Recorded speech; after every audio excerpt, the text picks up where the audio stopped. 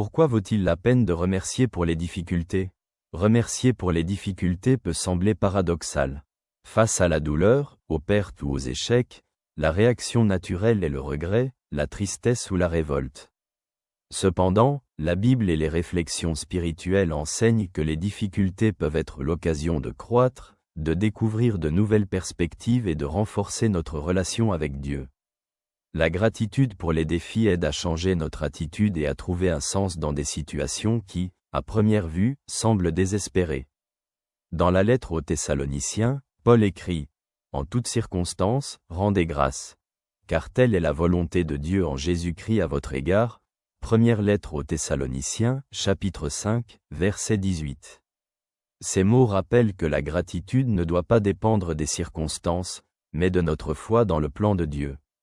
Même dans les moments difficiles, Dieu agit à notre avantage, bien que parfois nous ne le voyions pas. Dans la lettre aux Romains, nous lisons « Nous savons que Dieu, pour ceux qui l'aiment, concourt en tout au bien. » Lettre aux Romains, chapitre 8, verset 28. Les difficultés, bien que douloureuses, peuvent conduire à une compréhension plus profonde de soi, des relations avec les autres et de la guidance divine. Souvent, c'est dans les moments de plus grands défis que nous découvrons notre force et apprenons à faire confiance à Dieu. La psychologie confirme que la gratitude, même dans les situations difficiles, a un impact positif sur notre santé mentale et émotionnelle. Des études montrent que les personnes pratiquant la gratitude sont plus résilientes face au stress, ressentent une plus grande satisfaction dans leur vie et gèrent mieux les adversités. La gratitude aide à changer de perspective. Au lieu de se concentrer sur ce que nous perdons, nous apprenons à voir ce que nous pouvons gagner. Comment pouvons-nous remercier pour les difficultés en pratique?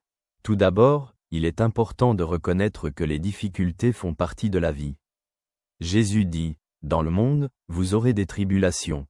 Mais ayez courage, j'ai vaincu le monde. » Évangile selon Jean, chapitre 16, verset 33. La conscience que les difficultés sont inévitables aide à les accepter avec plus de sérénité. Deuxièmement, la prière est un outil clé pour apprendre la gratitude. Dans les psaumes, nous lisons « Remets ton sort à l'Éternel, et il te soutiendra.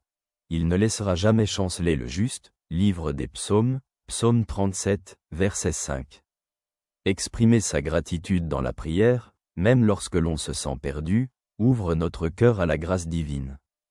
Troisièmement, il est utile de voir les difficultés comme des leçons qui peuvent nous apprendre quelque chose.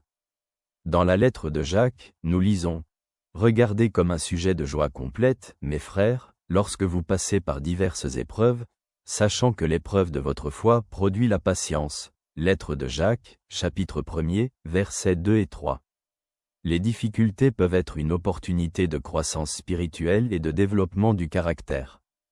Quatrièmement, partager ces difficultés avec les autres peut apporter réconfort et une nouvelle perspective. Paul encourage dans la lettre aux Galates « Portez les fardeaux les uns des autres, et vous accomplirez ainsi la loi de Christ. » Lettre aux Galates, chapitre 6, verset 2. Discuter avec des proches ou des membres de la communauté des croyants peut aider à traverser des moments difficiles. La gratitude pour les difficultés ne signifie pas nier la douleur ou ignorer les problèmes. C'est plutôt un choix de faire confiance en l'action de Dieu, même dans les moments les plus sombres de notre vie. Comme le dit le psalmiste, « L'Éternel est ma force et mon bouclier, en lui mon cœur se confie. » Livre des psaumes, psaume 28, verset 7.